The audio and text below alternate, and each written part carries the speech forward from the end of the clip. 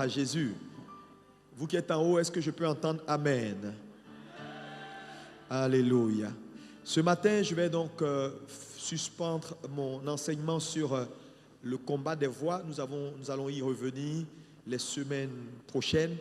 Nous parlerons enfin de ce que j'intitule la voix de Dieu. Nous avons vu la voix de la chair, la voix de la pensée, nous avons vu la voix de nos ennemis. Nous allons voir certaines voix, nous allons maintenant voir ce que c'est que la voix de Dieu. Comment connecter avec la voix de Dieu, comment reconnaître la voix de Dieu, comment discerner la voix de Dieu. Parce que le problème dans la vie de plusieurs personnes, c'est leur incapacité de reconnaître la voix de Dieu dans cette multitude de voix. Nous allons y revenir, mais aujourd'hui, jour spécial, le Seigneur m'a donné un message important pour toi. Et donc, je voulais que tu me suives attentivement. Je parlerai de ce que j'intitule le mystère des aides de destinée. Est-ce que tu peux dire avec moi le mystère des aides de destinée? Plus fort. Quand je parle des aides de destinée, c'est très important comme message. Donc je veux que tu prennes le temps d'écouter, de prendre note. Alléluia. Nous allons faire notre première lecture dans 2 Samuel 9, verset 1. 2 Samuel 9, verset 1. Et nous lirons également le psaume 8, verset 4 à 7. Tout le monde se lève pour la première lecture par coutume et par respect pour la parole de Dieu. Amen. Alléluia. Amen. 2 Samuel 9, verset 1. Lisons. David dit. Reste-t-il encore quelqu'un de la maison de Saül? Oui. Pour que je lui fasse du bien. À cause de Jonathan. Il y avait un serviteur de la maison de Saül, nommé Tsiba, que l'on fit venir auprès de David. Le roi lui dit, es-tu Tsiba? Et il répondit, ton serviteur. Le roi dit, n'y a-t-il plus personne de la maison de Saül pour que juge envers lui de la bonté de Dieu? Et Tsiba répondit au roi, il y a encore un fils de Jonathan, perclus des pieds. Le roi lui dit, où est-il? Et Tsiba répondit, il est dans la maison de Maki, fils d'Amiel à Lodébar. Le roi David l'envoya chercher dans la maison de Maki, fils d'Amiel à Lodébar. Et Mephibosheth, fils de Jonathan, fils de Saül, vint auprès de David, tomba sur sa face et se prosterna. David dit, Mephibosheth. Et il répondit, voici ton serviteur. David lui dit, ne crains point, car je veux te faire du bien à cause de Jonathan ton père. Je te rendrai toutes les terres de Saül ton père, et tu mangeras toujours à ma table. Il se prosterna et dit, qu'est ton serviteur pour que tu regardes un chien mort tel que moi? Il s'appelle chien mort lui-même, ok? Le roi appela Tsiba, serviteur de Saül, et lui dit, je donne au fils de ton maître tout ce qui appartenait à Saül et à toute sa maison. Tu cultiveras pour lui les terres, toi, tes fils et tes serviteurs, et tu feras les récoltes afin que le fils de ton maître ait du pain à manger. Et Mephibosheth, fils de ton maître, mangera toujours à ma table. Or, Tsiba avait 15 fils et 20 serviteurs. Amen. Que Dieu dise, quelqu'un me dise Amen. Le psaume 8, verset 4 à 7. Le psaume 8. Dit, quand je contemple les cieux, ouvrage de tes mains, la lune et les étoiles que tu as créées, qu'est-ce que l'homme pour que tu te souviennes de lui? Et le fils de l'homme pour que tu prennes garde à lui? Tu l'as fait de peu inférieur à Dieu, et tu l'as couronné de gloire et de magnificence. Amen. Continue. Tu lui as donné la domination sur les œuvres. Donné la domination sur quoi? Les œuvres de tes mains. Les œuvres de tes mains. Est-ce que quelqu'un dit Amen à la parole? Amen. Asseyez-vous dans sa présence. Alléluia. Ce matin, j'ai une bonne nouvelle pour vous. Nous parlons de ce que j'intitule le mystère des aides de destinée. Frères et sœurs, c'est un message révolutionnaire Et ce matin, je veux que tu ouvres ton cœur pour comprendre la parole de Dieu. Tu n'es pas juste venu à l'église. Dieu veut changer quelque chose dans ta mentalité. Dis-moi amen. Frère, nous vivons dans un monde d'hommes. Et vous savez, j'ai mis du temps à accepter et à comprendre cette vérité simple, mais qui est puissante. Nous vivons dans un monde d'hommes. Est-ce que tu peux dire avec moi, nous vivons dans un monde d'hommes? Nous vivons dans un monde d'hommes. C'est très important de le comprendre. Le cosmos dans lequel nous sommes, le cosmos est le domaine de l'homme, le domaine de contrôle de l'homme. L'homme a autorité et contrôle sur le cosmos. Donc nous voyons que lorsque Dieu fait la création, Dieu donne à l'homme la domination sur les œuvres de ses mains. Et dans le psaume 8, à partir du verset 4 que nous avons lu, il dit, qu'est-ce que l'homme pour que tu te souviennes de lui, le fils de l'homme pour que tu prennes garde à lui. Il dit, tu l'as fait de peu inférieur à Dieu, tu l'as couronné de gloire et de magnificence et tu as soumis à l'homme les œuvres de tes mains. Frère, c'est puissant ce que la Bible dit ici. Dieu a soumis à l'homme les œuvres de ses mains. Ça veut dire quoi? Ça veut dire que tout ce que Dieu a créé est sous le contrôle de l'homme. Donc, lorsque nous disons que nous sommes dans un monde d'hommes, il faut comprendre la portée de cette déclaration. Nous sommes réellement dans un monde d'hommes. Alléluia. Voilà pourquoi Dieu lui-même, qui est créateur de tout, pour qu'il puisse avoir une interaction dans les affaires humaines ou agir, il a besoin de passer par un homme ou de la permission d'un homme pour faire ce qu'il veut faire. Voilà pourquoi, pour que Jésus vienne, Dieu a dû chercher une jeune fille du nom de Marie et par elle, il a dû faire venir Jésus. Jésus aurait pu venir du ciel, on aurait pu le jeter du ciel et il serait tombé ici, quelque part à Jérusalem. Mais Dieu a eu besoin d'un homme parce que l'homme est la porte d'accès sur les affaires humaines. L'homme est le directeur de ce cosmos. Est-ce que quelqu'un peut me dire amen? C'est une vérité. Si tu ne l'acceptes pas, frère, ta vie va tourner en rond. Ta vie va tourner en rond. Tu dois comprendre et accepter que ce monde dans lequel nous sommes est un monde contrôlé par les hommes. C'est pourquoi il n'est pas sage de dire, moi, c'est Dieu seul qui me suffit. Donc, nous sommes dans un monde d'hommes. Dis avec moi, nous sommes dans un monde d'hommes. Plus fort. Plus fort. Est-ce que tu as compris ce premier point-là? Le monde appartient aux hommes. Et Dieu l'a voulu ainsi. Dieu a créé toutes choses et il a donné à l'homme. Donc l'homme a la responsabilité des affaires humaines. Quand Dieu lui-même veut agir dans les affaires humaines, il est obligé de passer par un homme. C'est pourquoi il n'est pas sage de dire, moi, c'est Dieu seul que je connais. Tu fais bien de le dire, mais tu as tort, parce que tu ne peux pas connaître que Dieu. Je ne sais pas si tu me suis ce matin. Quelqu'un me dit amen? La plupart des chrétiens ont l'habitude de dire ceci.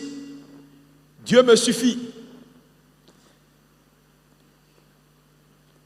Tu as raison, mais tu as tort. Parce que Dieu ne peut pas te suffire. Je vais t'expliquer ça. Vous savez, la religion nous a fait beaucoup de mal. La religion nous a formaté à croire des choses qui semblent religieuses. Parce que là, je vois des gens qui réfléchissent. Parce que ce que je suis en train de dire va contre leur théologie. Leur façon quotidienne de comprendre les choses. Alléluia. Dieu me suffit. Moi, c'est Dieu seul qui me suffit. Moi, je n'ai besoin de personne. C'est Dieu qu'il me faut. Oui, tu le dis et tu fais bien. Mais je suis désolé de te dire que tu as raison, mais tu as tort. Parce que Dieu seul ne peut pas te suffire. Parce que si tu dis que tu n'as besoin de personne et que c'est Dieu seul qu'il te faut, alors tu limites Dieu parce que Dieu, même pour t'aider, aura besoin d'un homme.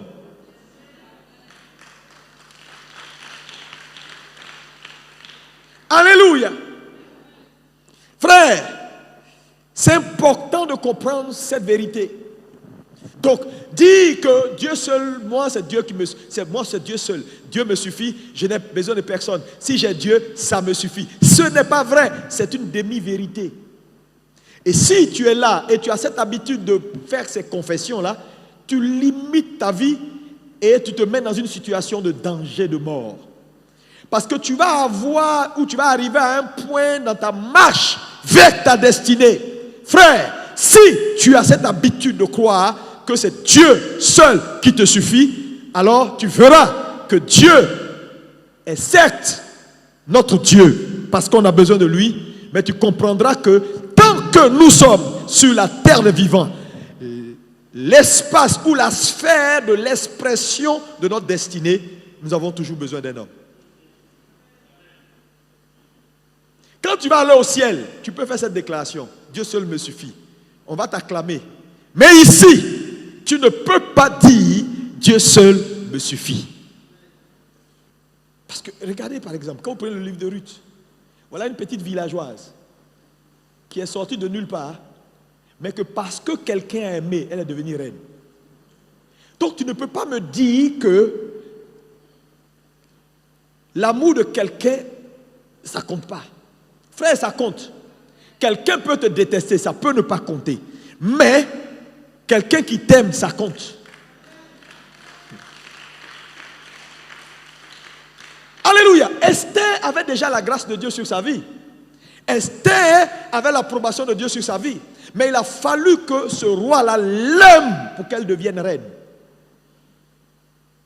Et donc, lorsque quelqu'un décide de t'aimer, frère, il faut bénir Dieu, ça compte. Voilà pourquoi l'Église doit arriver à la compréhension de ces vérités-là et comprendre que Dieu est certes avec nous. Alléluia. Mais même Dieu, qui est le créateur de tout, qui règne sur tout, qui contrôle tout, frère, il ne peut pas agir, se mouvoir dans cette sphère des hommes sans passer par un homme. C'est pourquoi Jésus a fait 9 mois dans le ventre de Marie. Il est Dieu, mais il s'est soumis à la règle. Est-ce que quelqu'un peut me dire encore Amen? Est-ce qu'on peut me dire Amen? Alléluia, alléluia, alléluia, alléluia. Frère, c'est la vérité. Et cette vérité, il faut que tu l'intègres ce matin. Tu ne peux pas dire, c'est Dieu seul qui me suffit. Non, je suis désolé de te dire, Dieu seul ne te suffit pas. Tu as aussi besoin d'un homme. Dis avec moi, j'ai aussi besoin d'un homme. Oui, quand vous lisez 2 Rois 4, verset 11, qu'est-ce qui est dit dans 2 Rois 4, verset 11? Alléluia, nous avons l'histoire de Élisée. Oui, vas-y. Élisée étant revenu à Sunem, oui, se retira dans la chambre haute et y coucha. Oui. Il dit à Géasi, son serviteur, appelle cette Sunamite. Oui. Géasi l'appela et elle se présenta devant lui. Oui. Et Élisée dit à Géasi, dis-lui, voici, tu nous as montré tout cet empressement. Oui. Que peut-on faire pour toi? Que peut-on faire pour toi? Oui. Faut-il parler au roi? Regardez ce qu'Élisée dit. Il est prophète. Il rencontre cette femme. La première chose, il demande à la femme, attends, qu'est-ce que je peux faire pour toi? Est-ce qu'il faut que je parle au roi? Ah non, Élisée connaît le roi.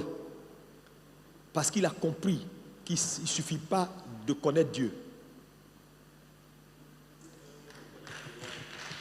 Il faut aussi connaître le roi. Il est prophète. Il ne dit pas à la femme, écoute, on va prier, on va parler en langue. Il lui demande, est-ce qu'il faut que je parle de toi au roi? Donc c'est important, parce qu'il savait que dans ce monde méchant, dans ce monde où les hommes ne sont pas bien, frère, si tu n'as pas de système de soutien, tu es un homme mort. Donc tu ne peux pas te contenter de dire je connais Dieu. Frère, il connaissait Dieu, mais il connaissait aussi le roi. Alléluia, il connaissait le roi. Alléluia. Maintenant, revenons au verset que nous avons lu tout à l'heure parlant de Mephibosheth dans 2 Samuel 9 à partir du verset 1. Vous connaissez l'histoire de cet homme, Mephibosheth, fils de Jonathan. David un jour se lève et décide de faire du bien, décide d'aimer quelqu'un. Et il pose la question, mon ami Jonathan est mort, mais est-ce qu'il n'y a pas dans sa maison quelqu'un qui reste? Et il va voir le serviteur Ziba et il lui dit, écoute, est-ce qu'il y a quelqu'un? On lui dit, oui, Jonathan a laissé quelqu'un, mais il est quelque part dans un village, quelque part au fond là, à Lo-Débar, dans un coin perdu, alléluia, et il est perclus des 2 pieds. Il dit, allez me chercher.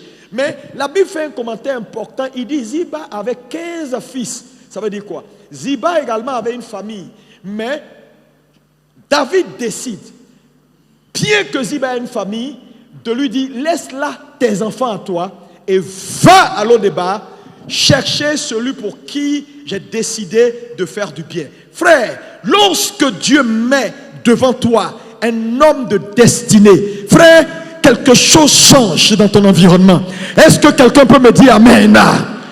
Et dans ces temps difficiles, dans ces temps confus, il faut que l'église revienne à la conscience. Frère, ce qu'il faut à l'église aujourd'hui, il nous faut des hommes.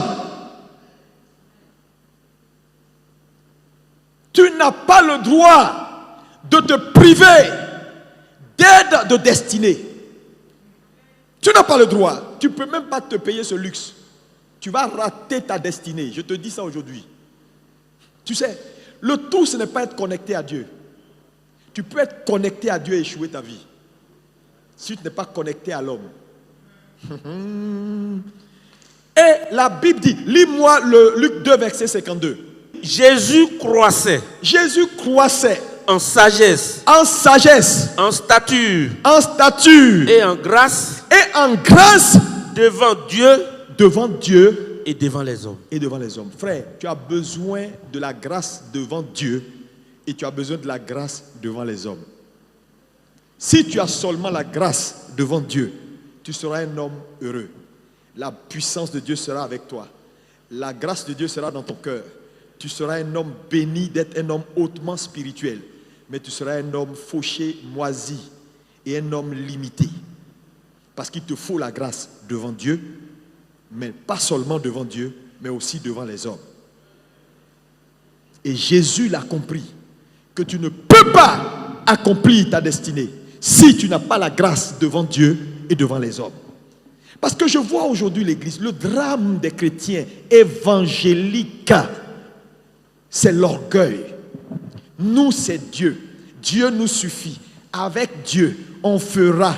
Nous, on s'en fout de quelqu'un. On n'a pas leur temps. Tant qu'on a Jésus, c'est bon pour nous. Frère, c'est un langage anti-biblique. Il n'y a que dans ce langage une demi-vérité. Tu n'as pas besoin que de Dieu. Jésus croissait en grâce devant Dieu. On pouvait s'arrêter là et la Bible serait un bon livre. Mais on ajoute et aussi devant les hommes. Frère, je suis venu te dire, il ne faut pas être ignorant. Dieu est tout puissant. Dieu est créateur. Nous croyons en sa capacité. Dieu est dans le ciel. Mais nous sommes sur la terre des hommes. Nous sommes dans le cosmos où les hommes contrôlent les choses. Tu ne peux pas accomplir ta destinée, réussir ta vie, devenir ce que Dieu veut en négligeant l'homme. C'est pas possible. Tu as besoin de quelqu'un. Dis à ton voisin, tu as besoin de quelqu'un. Oh, dis ça bien. Dis ça bien. Oui. Quand Dieu veut aider un homme, Dieu lui envoie toujours un homme. Non, vous savez, c'est comme ça la vie. Il n'y a pas, quand Dieu veut envoyer quelqu'un vers sa destinée, Dieu va te faire rencontrer d'autres hommes. Quand Satan veut tuer un homme et arrêter un homme, Satan aussi lui envoie des hommes. Frère, nous sommes dans un monde où, frère, si tu ne rencontres pas ton aide de destinée, il y a des niveaux que tu n'atteindras pas dans la vie. C'est quand j'ai compris ça, ma façon de prier a commencé à changer. Parce qu'on passe notre temps à lier Satan, a détruit Satan. Satan est un voyou et un bandit qui va te faire croire qu'il est ton problème pour que tu frappes du vent. Mais il n'est pas en réalité ton problème parce que Jésus l'a déjà vaincu. Ton vrai problème, c'est que tu n'as pas encore rencontré les aides, les personnes qui sont destinées à t'envoyer à ta prochaine étape. Oh, est-ce que tu peux me dire Amen? Il te faut, alléluia, comprendre que tes prières doivent être réorientées. Oui. Tu as besoin d'être en paix avec les hommes. Sinon, il y a des niveaux que tu n'atteindras pas. Je vous dis la vérité. Moi, où je suis arrivé là, j'ai compris tellement que... Parce que tout ce que Dieu nous a donné, c'est là. Maintenant, il faut avancer. Si aujourd'hui, quelqu'un vient me dire, un membre du gouvernement vient se présenter à moi pour dire, je t'offre mon amitié, je vais accepter. Oui, avec plaisir même. Parce que nous sommes dans un monde tellement mauvais que tu as besoin souvent de connaître certaines personnes. Élisée connaissait le roi. Il est le grand Élisée, mais il connaissait le roi. Et la façon dont il a parlé là, c'est pour dire, si tu veux que je t'envoie là-bas, je vais t'envoyer. Vous êtes trop spirituel. Vous avez spiritualisé tout et vous êtes là, vous n'avancez pas. Parce que je vais vous dire, si tu es là aujourd'hui, la position que tu as là, c'est-à-dire, ce n'est pas l'incapacité de Dieu de t'aider. C'est que Dieu est arrivé à un point où il n'arrive pas à te connecter à ta prochaine étape. Parce que je vais vous dire la vérité, il y a toujours un homme entre Dieu et toi.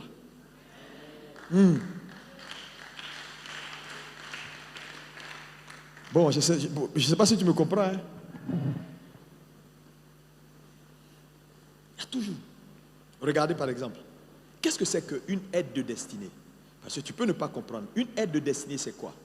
Une aide de destinée, ce sont des gens que Dieu équipe, que Dieu design, que Dieu forme et que Dieu te destine pour être sa main dans ta vie.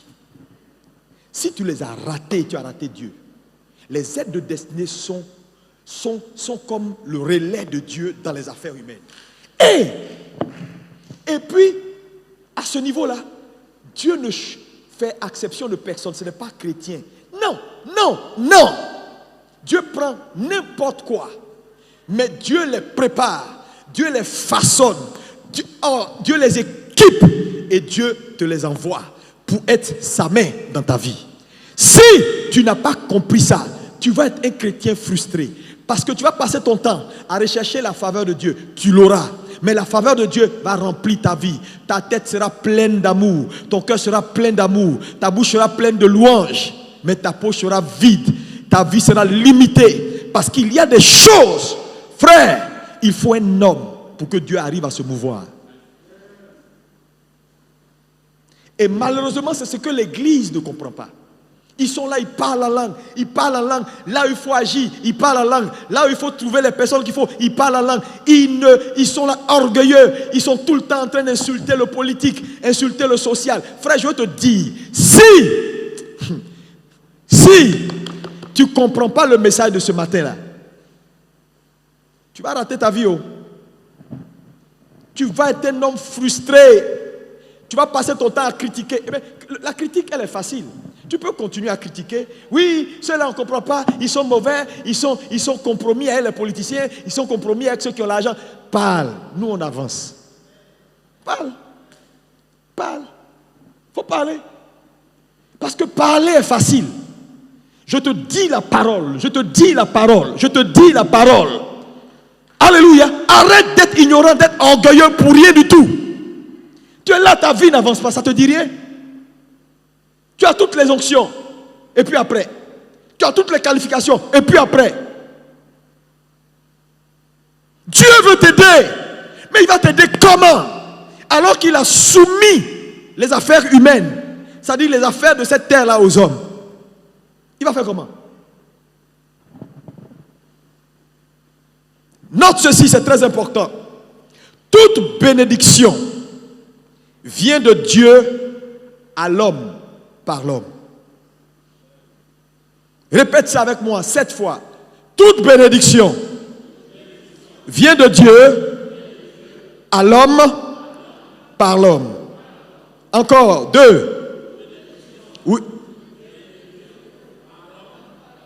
3, 4, 5, 6, 7. Il faut que ça rentre dans ta tête. Toute bénédiction vient d'en haut de Dieu à l'homme par l'homme. Dieu ne va pas descendre pour faire les choses. Ta promotion, ton élévation, ton argent, ta santé, tout ce dont tu as besoin vient de Dieu à toi par un homme. Si tu n'as pas compris ça, tu n'as pas compris l'évangile. Alléluia. Quand je contemple les cieux ouvrage de tes mains, la lune et les étoiles que tu as créées, qu'est-ce que l'homme pour que tu te souviennes de lui? Le Fils de l'homme pour que tu prennes garde à lui. Tu l'as fait de peu inférieur à toi. Tu l'as couronné de gloire et de magnificence. Et tu as soumis toutes tes œuvres sous ses mains. C'est trop fort. Ça veut dire quoi? Dieu lui-même est limité parce qu'il s'est volontairement limité à l'homme. C'est pourquoi Dieu fait tout par l'homme. Et c'est l'une des raisons pour lesquelles la prière est quelque chose d'essentiel et un mystère. Et je peux comprendre quand Dieu dit prier sans cesse. Quand il dit aux hommes prier sans cesse, donnez-moi accès sans cesse. Parce qu'un homme qui ne prie pas ferme l'accès de sa vie à Dieu.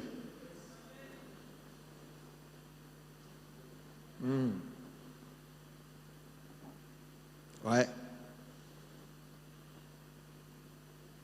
Les hommes de destinée, ce sont des envoyés de Dieu. Tu ne peux pas atteindre ton plein potentiel sans rencontrer un homme de destinée. Je te dis la vérité ce matin. Tout ce que vous voyez là, qui ont réussi leur vie là, frère, c'est quelqu'un qui les a fait. Oh. La vie est ainsi faite. Si tu t'amuses à ne pas comprendre le message de ce matin, les aides, le mystère des aides de destinée. C'est pourquoi tes prières d'ici même la fin d'année là, c'est ça. Parce que tu as l'onction, tu as les talents, tu as tout. Mais pourquoi tu ne t'en sors pas? Regarde, aujourd'hui, il y a des gens même dans le gouvernement là, ils sont ministres. Ils n'ont pas plus de talent que toi. Mais pourquoi lui il est ministre et toi tu es subalterne, tu t'en sors même pas? Mon ami, il connaît quelqu'un. Tu vas me dire, oui, il connaît quelqu'un. Pourquoi ce n'est pas toi qui le connais? Il faut justifier comme tu veux. On s'en fout de tes justifications. Il connaît quelqu'un. Toi aussi, il faut connaître pour toi, on va voir. C'est pourquoi il faut prier. Et l'Église doit prier. Prier pour que Dieu envoie vers vous. Dieu vous ouvre les portes. Que vos aides de destinée vous reconnaissent et viennent vers vous. Parce que ce sont des gens que Dieu a préparés, que Dieu a designés, que Dieu a équipés pour vous envoyer vers votre futur. Moi, j'ai compris que dans la vie, quand tu es seul, tu es mort.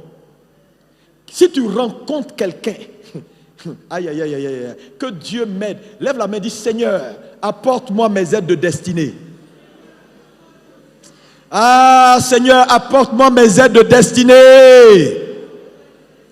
Ça va changer ton histoire. Je dis, ça va changer ta vie. Ça va changer ta vie. Ça va changer ton histoire. Ça va changer ta vie.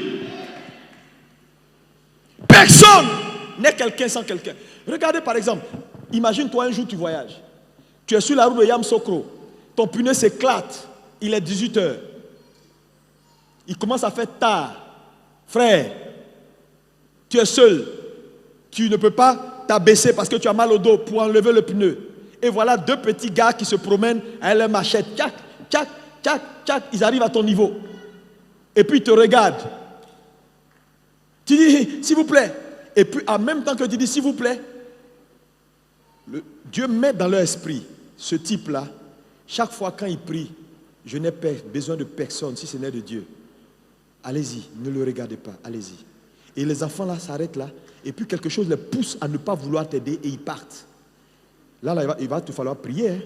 Et n'oublie pas tes paroles que tu prononces tous les jours. Je n'ai besoin de personne. C'est Dieu seul qui me suffit. Là, il va falloir que Dieu descende un pied sur la route de Yamoussoukro pour t'aider. Hein. C'est facile. de raconter les trucs. Frère, parmi vous ici, là, qui est témoin de sa vie? Les événements les plus importants de ta vie, là, tu es témoin? Tu nais, quand tu nais, le premier événement important dans la vie d'un homme, c'est sa naissance. Quand tu nais d'une femme, là, qui t'assiste?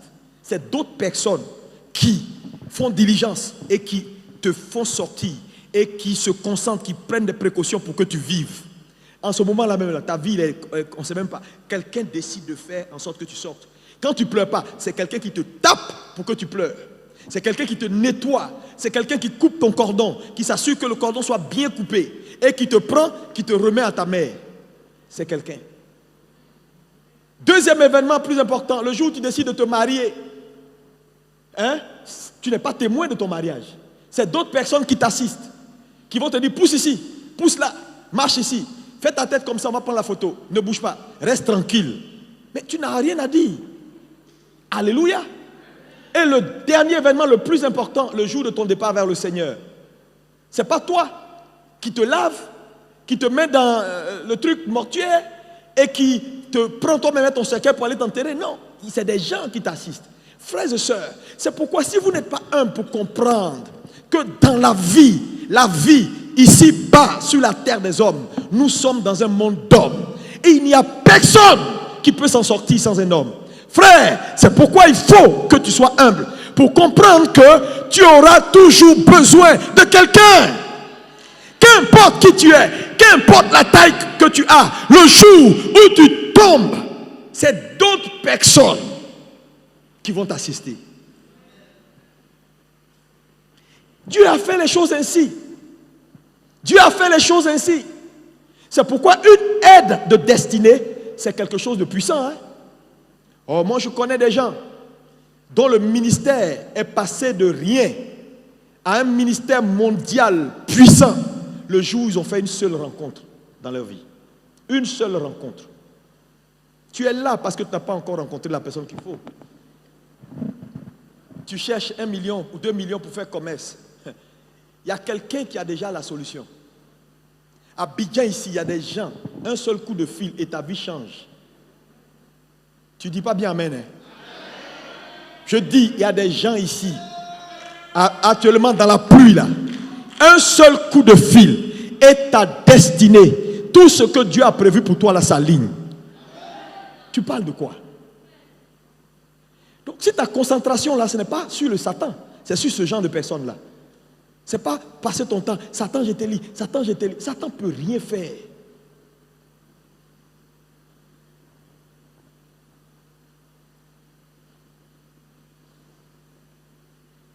Aïe, aïe, aïe, aïe, aïe, aïe, aïe, aïe, aïe, aïe, aïe.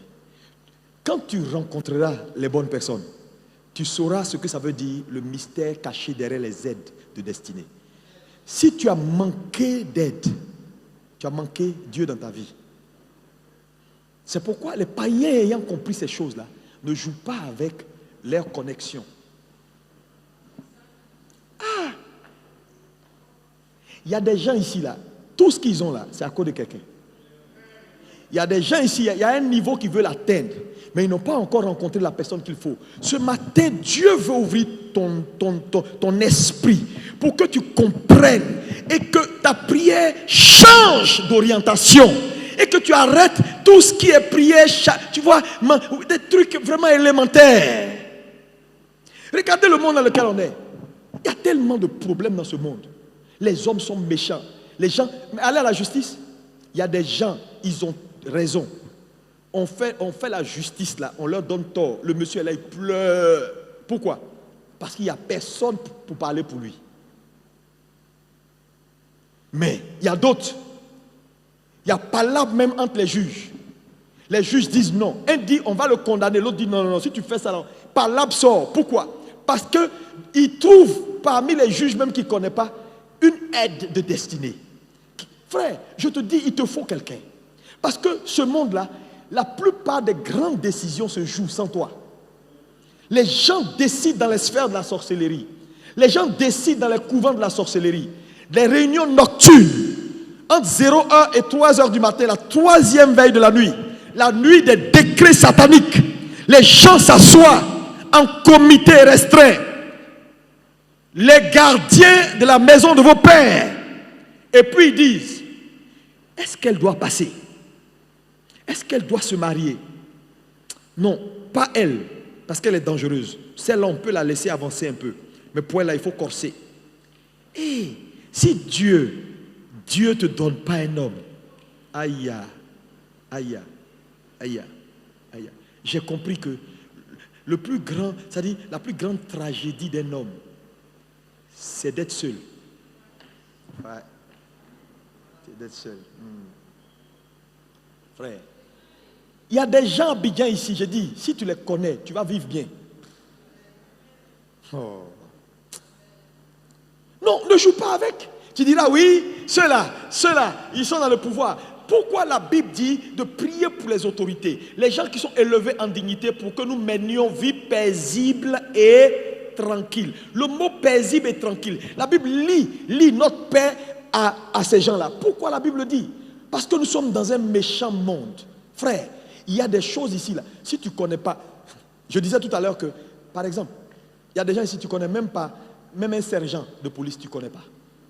Si quelqu'un a pris ton argent, comment tu vas trouver quelqu'un pour aller l'effrayer, pour qu'il te rembourse ton argent? Alors qu'il y a des gens ici, là, tu prends un franc, colonel peut apparaître tout de suite, 5 secondes.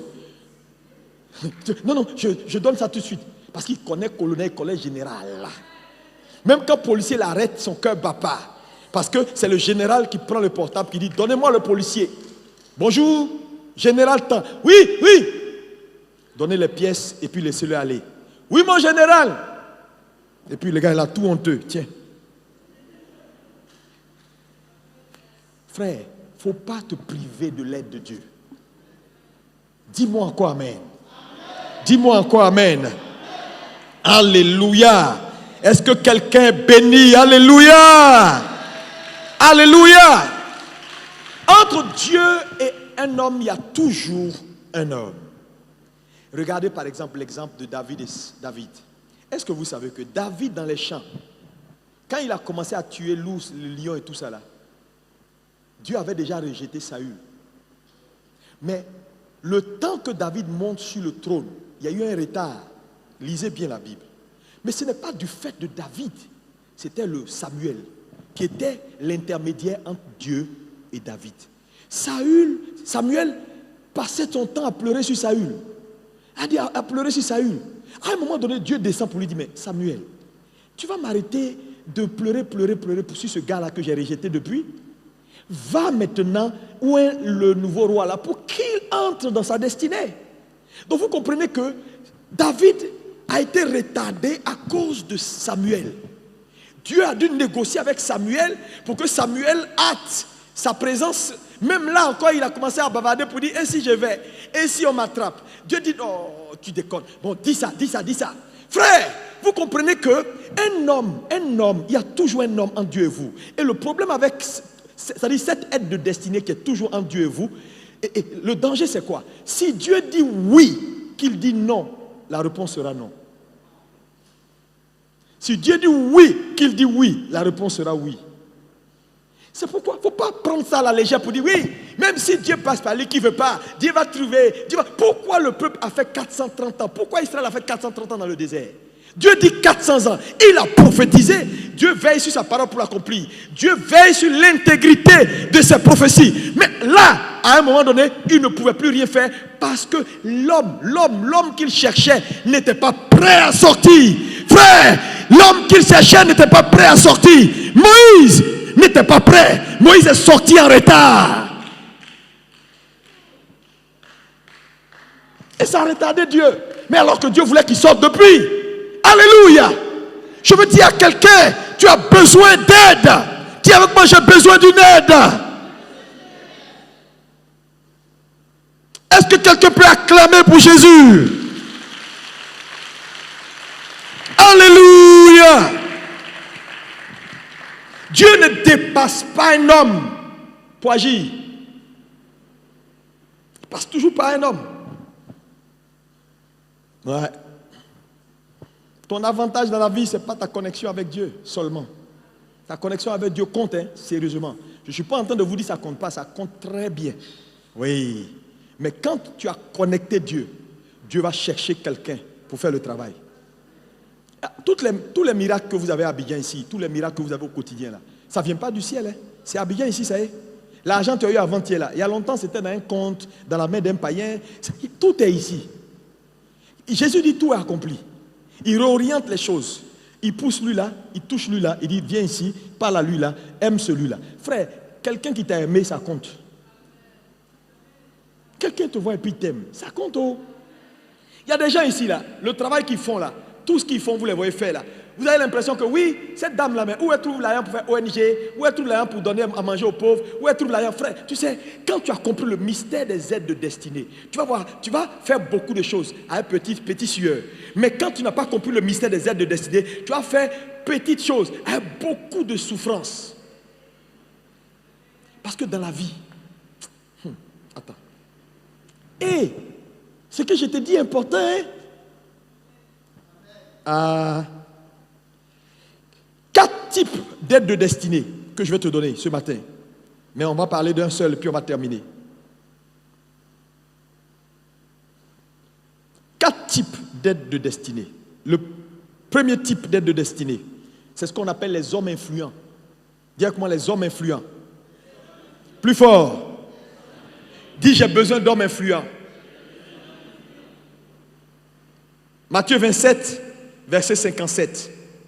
Le soir étant venu, arriva un homme riche, oui, nommé Joseph, lequel était aussi disciple de Jésus. Il était disciple de Jésus. Il se rendit vers Pilate et demanda le corps de Jésus. Et Pilate ordonna de le remettre. Joseph prit le corps, l'enveloppa d'un linceul blanc et le déposa dans un sépulcre neuf qu'il s'était fait tailler dans le roc. Puis il roula une grande pierre à l'entrée du sépulcre et il s'en alla. Merci, tu peux t'asseoir. Regardez ici. Le premier type d'aide de destinée, c'est ce qu'on appelle les hommes influents. Qui sont les hommes influents? Dans ta marche vers ta destinée, tu as besoin de cette aide de destinée qu'on appelle les hommes influents. Est-ce que tu peux dire plus fort les hommes influents? Les hommes influents sont les gardiens de la porte. Dis avec moi les gardiens de la porte. Dans cette vie-là, il y a des gardiens des portes. C'est eux qui donnent accès. Les hommes influents sont des hommes riches, des hommes qui contrôlent le flot financier dans les nations. Les hommes influents sont importants. Parce que j'ai remarqué une chose, c'est que tu peux avoir des talents, tu peux avoir des dons. Parce qu'on a aujourd'hui à l'université des professeurs émérites qui ont fait toutes sortes d'universités, qui ont la tête remplie, mais qui n'ont que leur titre d'assistant ou de professeur titulaire, avec un salaire minable. Mais à côté, tu verras quelqu'un qui est au-dessus d'eux, qui n'a pas le don, le talent et la connaissance qu'ils ont. Frère, mais la différence est faite à quel niveau? Ils ont rencontré un homme influent que toi tu n'as pas rencontré. Je veux te dire la vérité, tes talents et tes dons ne sont pas suffisants pour te faire une place dans la vie. Non, je suis talentueux. Non, j'ai des dons. Frère, il y a des gens, pasteurs, les têtes là est remplie, toute la Bible il connaît. Mais frère, il n'a pas de percée, il ne comprend pas pourquoi les choses ne bougent pas. Tu as besoin d'hommes influents. Regarde, les hommes influents ont ta réponse. Je t'ai dit tout à l'heure qu'il y a des gens à Abidjan ici. Si tu les rencontres, c'est ta vie, ça dit que c'est Dieu qui t'a exaucé. Ils ne sont pas chrétiens. Tu peux dire ce que tu penses d'eux. Parce que les chrétiens ont ce malin plaisir d'insulter tout le monde. Oui, nous, on est les gens de la lumière. Nous, on est dans la lumière. Nous, on est dans... Mais ta lumière là, c'est où? Tu ne connais pas Dieu. Dieu n'est pas raciste. Dieu ne fait pas de discrimination. Si vous croyez que c'est avec vous seuls, vous les chrétiens, que Dieu travaille, échec et mat. Dieu travaille avec les païens. Je vais te montrer ça. On a appelé Nebuchadnezzar serviteur de l'Éternel. Il y a des choses que les païens font, ils sont en train de servir Dieu. Qui t'a dit c'est avec toi seul que Dieu travaille? Il faut être un peu humble. Ils ne sont pas encore entrés dans la maison, mais ils demeurent des créatures de Dieu que Dieu aime, que Dieu poursuit. Alléluia. Tu as besoin d'hommes influents. Regarde, ce sont les gardiens des portes.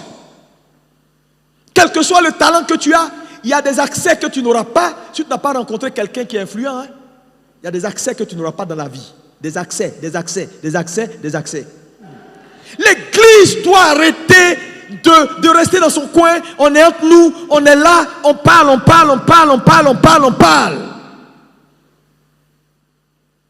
Voilà les élections qui arrivent. Les chrétiens, prions. C'est bon de prier. Non, ils veulent rencontrer personne. Non, nous on n'est pas dans vos affaires. Vous allez là-bas. Frère, si Dieu ouvre tes yeux maintenant pour te montrer qui sera positionné dans 7 mois ou 8 mois, qui sera premier ministre de ce pays, qui sera ministre, et que tu peux devenir son ami maintenant, tu es sauvé. Ton 2021 là, tous tes voyages c'est en business class. Tu es conseiller spécial, sans portefeuille, passeport diplomatique. Que Dieu me donne ça au nom de Jésus.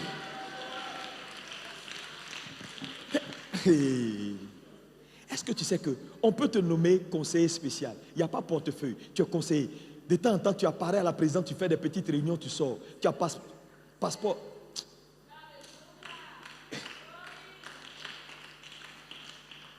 Tu sais, il y en a, parce que je sens dans mon esprit qu'il y en a qui disent oui, tout ça c'est bon, mais ce n'est pas l'essentiel. Gagner le ciel, c'est l'essentiel. Frère, nous on aura ça et puis on va gagner le ciel. De toute façon, tu souffles là, continue de souffrir seul.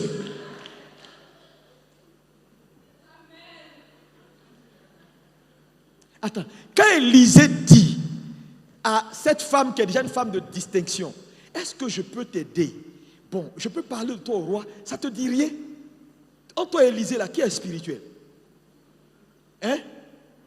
Toi et puis Élisée là, qui est spirituel? Il connaît le roi. Et toi tu trouves que connaître le roi c'est charnel. Il te faut des hommes d'influence. Les hommes d'influence, ce sont des portes d'accès. C'est des gens, quand tu les rencontres, tes luttes s'arrêtent.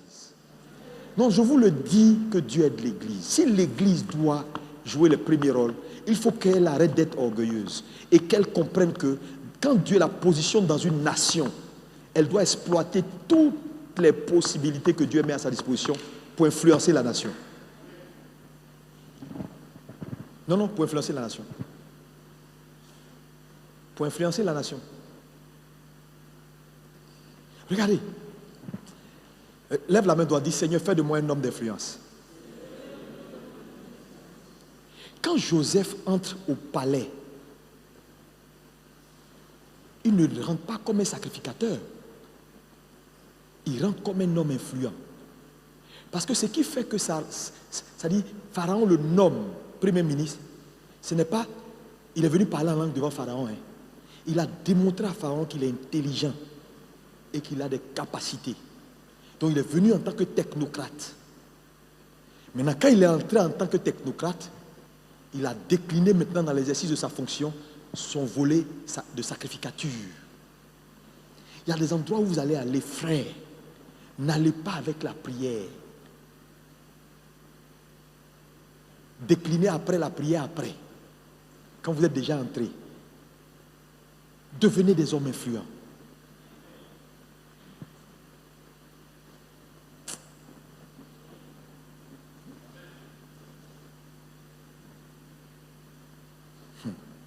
Ça, ce que je te dis maintenant là, c'est des prières sérieuses que tu dois faire cette semaine.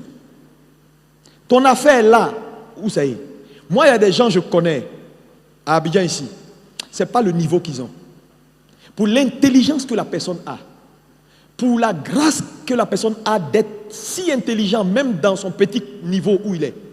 Si Dieu le connecte, c'est quelqu'un qui va jouer les premiers rôles dans la nation là, les années à venir. Donc, de telles prières, il ne faut pas jouer avec. Regardez, on est ici ensemble. Demain, tu deviens directeur général du port autonome d'Abidjan. Tu penses que ce n'est pas Jésus qui gagne? On va faire des conteneurs d'instruments, de choses pour évangéliser. Et puis à chaque fois, tu casses les prix, tu casses. Mon ami, tu es le patron du port autonome. Est-ce que tu sais ce qu'on appelle le port autonome d'Abidjan? Où pratiquement la moitié des transactions de l'Afrique de l'Ouest entrent. L'un des ports les plus importants de l'Afrique subsaharienne. Tu es le DG. Tu ne sais pas encore ce que ça veut dire. Tu ne sais pas. Tu ne sais pas ce que ça peut représenter pour Dieu.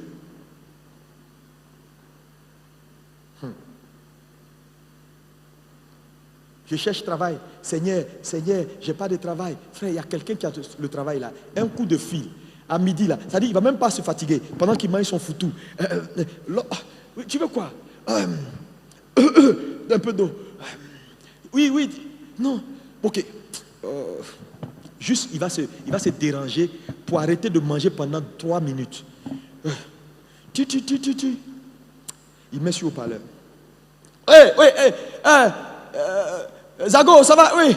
Zago, oui, c'est bon. Tu es où là? Bon. Prends le numéro là. Vite, je mange là. 02 64, ok. Appelle le monsieur là demain et puis tu l'envoies voir le DRH. Tu es sauvé.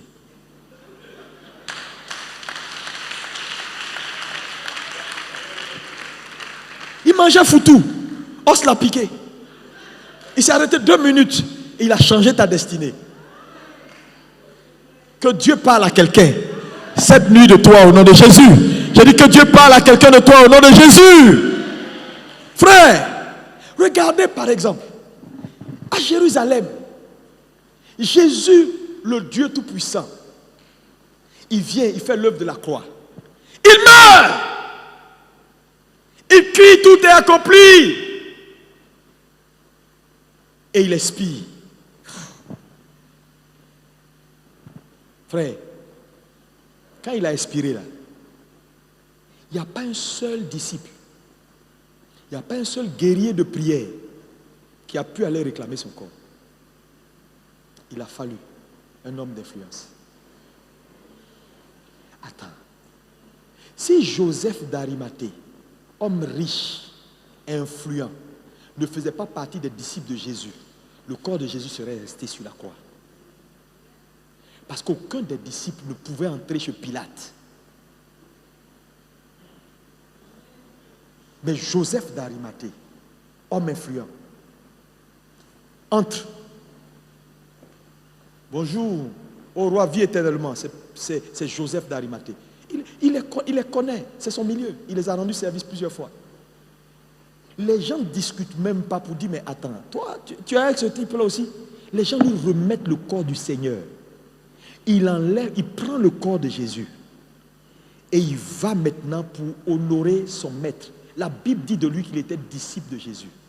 Mais pas un disciple bruyant, un disciple silencieux. Frère, dans la vie là, tu as besoin des disciples qui font du bruit et tu as besoin des disciples silencieux. À l'église là, ce n'est pas tout le monde qui va venir crier, ramasser chaises, parler en langue, faire évangélisation. Ils ont leur rôle. Mais il y en a, tu les verras une fois chaque 3 mois, une fois chaque mois, une fois en passant. Ils sont dans un petit coin. Mais frère, quand ça va chauffer, c'est eux-là qui peuvent entrer. C'est Joseph d'Arimathée qui a pu avoir accès. Pourquoi? Un homme influent. Jésus savait l'importance d'avoir un homme influent dans son système. Et toi, tu vas me dire que ce n'est pas important. Ah, tu vas souffrir, hein? Imaginez s'il n'avait pas Joseph d'Arimathée. C'est lui qui prend Jésus et qui va enterrer Jésus. Vous savez où? Dans son jardin et dans une tombe qu'il avait creusée pour lui-même. Ça veut dire quoi? Quand à Jérusalem, en son temps, tu as un jardin, ça veut dire que tu es très puissant. Jardin. Tombeau privé. Et il offre son tombeau à Jésus. C'est incroyable. C'est extraordinaire d'être bien enterré. Mais Jésus l'a choisi. Mais regardez, quand on parle des disciples de Jésus, là, tu entends son nom? On parle de Matthieu, de Barthélemy, ceux-là. Frère, grosse tête. Quand on dit où sont les disciples, c'est nous. On dit c'est qui ça? Il dit moi c'est Matthieu. L'autre dit moi c'est Thaddée. Thaddée, tu as entendu qu'il a fait quelque chose dans la Bible? Thaddée. Mais quand on dit disciples, c'est eux qui sortent. Mais les vrais gars sont derrière. Il y a des femmes même, jusqu'à aujourd'hui on ne connaît pas leur nom, mais on dit elles étaient derrière lui et elles l'assistaient avec leurs biens. Frère, je te dis, s'il te manque des hommes qui t'assistent avec leurs biens, tu vas avoir ton onction et ton onction va te rendre aigri, va te rendre nerveux. Parce que l'onction, quand tu l'as, quand tu as les qualifications et puis tu n'as pas d'aide de destinée, tu deviens très frustré dans la vie.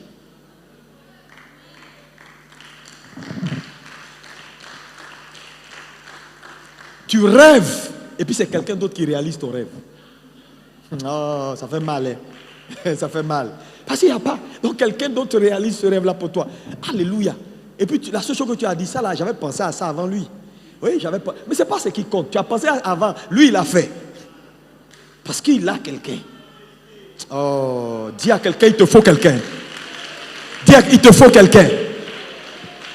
Moi, je ne veux plus me fatiguer, frère. Parce qu'à un moment donné, si tu ne permets pas à Dieu, parce que vous savez, ce n'est pas un message pour dire il me faut quelqu'un et puis tu ne crois pas en réalité ça dans ton cœur. Si tu ne crois pas cette parole que je te dis ce matin, tu vas souffrir. Parce que c'est la foi d'un homme qui attire vers lui ce qu'il croit. C'est ce qu'on croit qu'on expérimente. Crois que Dieu a placé des hommes. Les aides de destinée, c'est la main de Dieu dans ta vie. Tu ne peux pas, même dans ta folie, te priver de l'aide de Dieu. On s'est trop privé. Regarde, l'onction est là, la grâce est là. Frère, regardez aujourd'hui. Regardez où on est placé. Cette église. Devant là, toute cette voie là, c'est une grande voie, on appelle ça Y4. Et la Y4. Si moi aujourd'hui je connaissais, par exemple, Dominique Ouattara. Ah, mon fils, maman, mon fils. J'allais être trop content. Parce que j'allais lui dire un jour, maman, il faut que tu viennes à l'église voir. Mais il y a une grosse voix là, je ne sais pas. Elle dit, vois. Ah, il faut que j'en parle à mon mari. Pour que, ok, le directeur de la Géroute. Oui. Allez demain matin voir. Oh, ils vont courir. Et puis la voix là est lancée. Il y a des voix importantes, même moins importantes que celles-là. On les a faites. À cause de quoi? Un coup de fil. Quand ils sont allés construire mes enfants là, tu n'es pas allé là-bas pour voir. Tous les gens qui étaient dans le trou là, goudron est passé devant leur maison. Lumière. Frère, je te dis la vérité. Il faut connaître des gens. On peut te critiquer. C'est leur problème. Laissez les gens parler. Non, les gars, arrêtons de souffrir inutilement parce qu'on est orgueilleux, on croit que sans Dieu, frère, Dieu fera, mais Dieu fera toujours avec quelqu'un. Ça, intègre ça dans ton système. Intègre ça. Est-ce que vous savez que quand l'ange est venu voir Marie, quand Dieu a choisi Marie pour que Jésus vienne, mais il a fallu que Dieu négocie avec Joseph. Parce que Joseph n'était pas d'accord. Quand il a vu que la femme était enceinte, la Bible dit, il a dit non. Dieu est descendu. Frère, Dieu s'est dérangé pour venir la nuit parler à Joseph pour dire, Joseph, pardon, c'est moi. Accepte-la. Parce que si Joseph n'acceptait pas, le plan de salut aurait pu être compromis. C'est lui qui est de la lignée abrahamique. C'est pas Marie. Lisez Matthieu. Si Dieu donc peut négocier avec un homme pour que sa volonté s'accomplisse, frère, tu ne peux pas te priver d'un homme.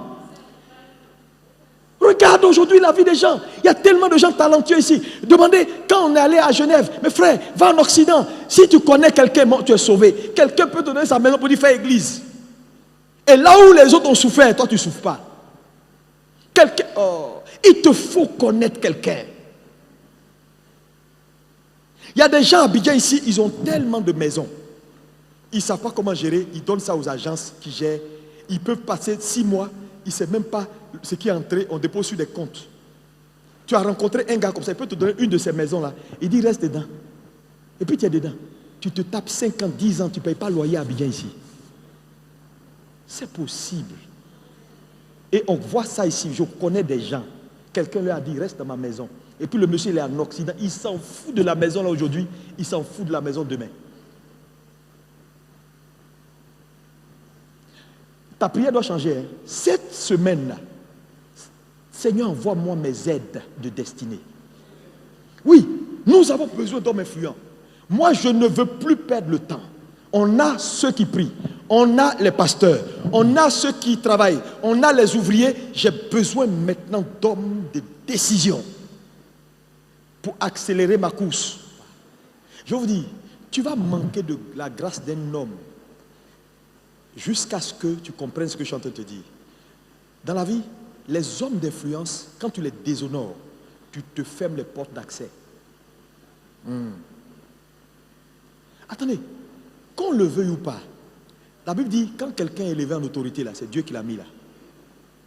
On ne t'a pas dit d'aimer les gens qui sont au pouvoir. On ne t'a pas dit d'aimer quelqu'un. On ne t'a pas demandé ça. On dit prie pour eux. Et puis sois juste. C'est tout. Les gens passent le temps à insulter, à médire. Ils savent tout. Si aujourd'hui il y a 3 pasteurs qui ont des difficultés et que l'État doit décider de mettre 2, c'est-à-dire de fermer 2, ils vont faire une réunion et puis ils vont appeler les services secrets. Les 3 là, parmi eux, qui est celui qui est favorable à la nation? C'est lui qu'ils vont favoriser. Vous savez pourquoi? Non, ce n'est pas de la compromission. Quand tu ne sais pas ce qui est la parole de Dieu, tu te mets ton même fardeau sur la tête.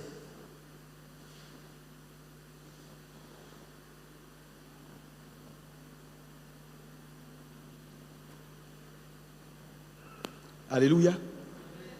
Il y a une année, avant le coup d'État de 2019, je suis à l'aéroport et puis voilà Guy Robert. Et puis il me dit, jeune homme, ça va? Et puis il dit oui. Et puis il me posait des questions, il voulait un renseignement. Ça c'était à 2 semaines qu'il soit président. Quand je l'ai vu à la télé, président, j'ai mordu mon doigt. J'ai failli couper. J'ai dit, si j'avais parlé avec lui et j'avais bien sympathisé avec lui, je serais peut-être ministre. J'ai dit 2 semaines. Et ce n'est pas tout. Un jour, le président du Niger, Mahaman Kelala, il était dans l'opposition. Et j'allais à Accra. Lui, il voulait changer son vol pour aller au Niger. Donc, il a pris le même vol. Et il m'a dit d'attraper son sac. Donc, j'ai attrapé son sac. On est allé au comptoir. Et on discutait. Et puis, on parlait. Et puis, il discutait. Il me disait, merci beaucoup. Et puis moi, je savais qu'il était un opposant nigérien. En ce moment, je ne sais pas qui était au pouvoir. Frère, il est président il y a longtemps. Si j'avais su ça par l'esprit, il serait devenu mon ami. C'était des jets privés qui venaient me chercher. Vous savez, il ne faut pas, c'est pourquoi il ne faut pas mépriser quelqu'un. C'est-à-dire, Dieu peut organiser une connexion divine. Mais comme tu es tellement rempli de toi-même, tu peux la laisser passer. Est-ce que vous voyez combien d'hommes de destinée que vous laissez passer chaque jour devant vous? Priez. Et je vous ai dit, Dieu ne trie pas. Une aide de destinée, ce n'est pas seulement quelqu'un qui est converti. Non. Je te pose une question. Quand Joseph quitte la prison, est-ce que quelqu'un m'écoute? Quand Joseph quitte la prison pour être premier ministre, Dieu a besoin de faire une action pour que Joseph soit premier ministre. Mais il fait quoi? Qu'est-ce qu'il fait? Il envoie un songe. La question que je te pose, toi qui me regardes, chrétien né de nouveau qui parle la langue, pourquoi Dieu n'a pas donné le songe là à Jacob ou à un Israélite? Et c'est à Pharaon qu'il a donné le songe. Parce que Pharaon était un homme influent. S'il donnait ça à Jacob, ça n'allait pas aller quelque part. Joseph allait mourir en prison. S'il donnait ça à un Israélite, Joseph allait mourir en prison. Parce que quand tu n'as pas d'influence, même quand Dieu te parle, tu ne comprends rien, tu prends pour faire spirituel. Jacob allait prendre ça pour dire, les frères, mes fils, Dieu veut nous visiter dans des années, prions, ça allait rester là.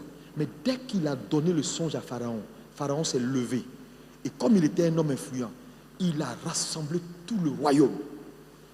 Et il a ordonné que je veux comprendre ça maintenant. Et Joseph est sorti. En fait, qu'est-ce que je veux te dire?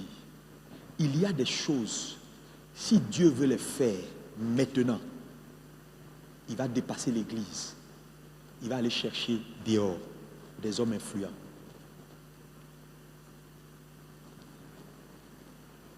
Tu dis, mais pasteur, ce que tu dis est grave. Oui, je dis, ce n'est pas tout ce que Dieu veut faire qu'il passe par l'église pour faire. Une preuve. Regardez, quand on a dit coup-feu, 21h, qui restait dehors jusqu'à minuit? Il y a des choses là, si Dieu veut faire pour t'aider, s'il met dans la bouche de quelqu'un qui n'a pas une voix, ça ne peut pas t'aider. Il va mettre dans la bouche de Ouattara. Quand Ouattara va dire, toute la Côte d'Ivoire sera en mouvement à cause de toi. Quand il a dit là, est-ce que c'est un chrétien? Il est chrétien, il n'est pas chrétien, il est païen, ça ne compte pas.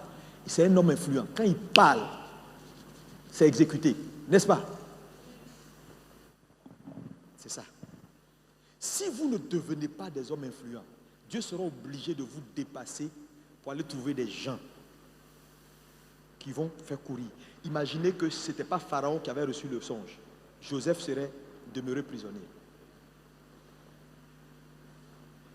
Personne ne pouvait avoir le songe là, si ce n'est pas Pharaon. Parce que les autres là, ils vont parler, ça va aller où? Nulle part. Donc, regarde par exemple, si tu as prié par exemple, tu dis Seigneur, j'ai besoin que mes activités reprennent. Je veux rencontrer des bailleurs de fonds. Seigneur, il y a des bailleurs de fonds qui doivent venir, qui m'ont appelé depuis la Suisse, qui veulent investir dans mon affaire. J'ai besoin qu'ils viennent en Côte d'Ivoire. Si Dieu veut t'exaucer cette prière, qu'est-ce qu'il va faire? Il ne va pas aller parler à ton voisin qui est à Djamé ou derrière Rail pour lui dire, bon, que les frontières ouvrent. J'ai dit, ils vont l'arrêter. Il va aller parler à Ouattara pour dire, ouvre les frontières. Et Ouattara va venir pour dire, bon, ça a assez duré. Le 25, on ouvre les frontières. Mais en réalité, quand il dit là, le 25, on ouvre là, c'est parce que toi, tu as besoin que tes bailleurs entrent. Mais c'est lui seul, il n'est pas converti. Donc arrêtez de croire que c'est par des frères, des chrétiens que Dieu fera pour vous. Quand on parle d'aide de destinée, frère, c'est tout le monde. Donc si tu es quelqu'un, tu n'aimes pas les inconvertis, bonsoir à toi. Si tu es quelqu'un, tu es frileux des gens qui ne connaissent pas Dieu, bonsoir à toi. Si tu es quelqu'un qui est toujours là, moi, si ce n'est pas Dieu, si ce n'est pas le Seigneur, si ce n'est pas le Saint-Esprit qui... Non, frère, le corbeau qui a envoyé à manger au prophète là, le corbeau est un animal impur. Comment Dieu peut demander à un animal impur de nourrir un saint? Ah! Le corbeau là, c'est eux. Dieu va t'envoyer. Dis Seigneur, vraiment beaucoup de corbeaux. Bon, il ne faut pas dire. Moi, je dis pour moi. Acclame Jésus. On va terminer. Dans la vie, on n'achète pas tout avec l'argent. Il y a des choses qu'on achète avec les relations. Il y a des choses là, quand tu connais la personne, tu n'as pas besoin d'argent. Si tu achètes tout avec l'argent, tu es pauvre.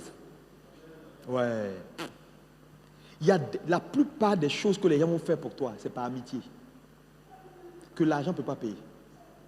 C'est pourquoi, si tu es là, ouvre ton cœur, laisse Dieu, sois flexible, sois docile, arrête d'être carré.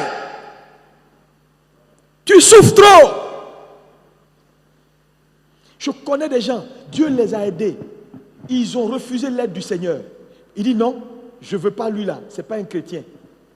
Non. Il veut me donner l'argent parce que je ne veux pas, parce qu'il n'est pas chrétien.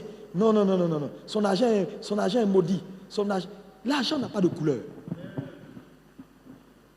L'argent que tu as dans tes mains maintenant là, c'est passé chez un païen avant d'arriver chez toi. C'est toi qui as fabriqué? Non, je veux pas de celui-là. Je veux pas de celui-là.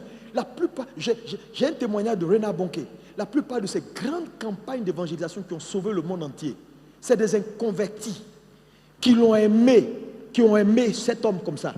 Pour dire, j'aime ce qu'il fait, musulman, et qui envoie des milliers de dollars pour qu'il aille gagner des âmes. Tu me dis quoi? Tu me dis quoi? Arrête. Sois sensible à la voix de Dieu. Prie. Arrête d'être sectaire. Je ne parle pas de compromission. Quand on est un enfant de Dieu, on ne se compromet pas. Mais quand le Saint-Esprit veut agir, laissez-le agir.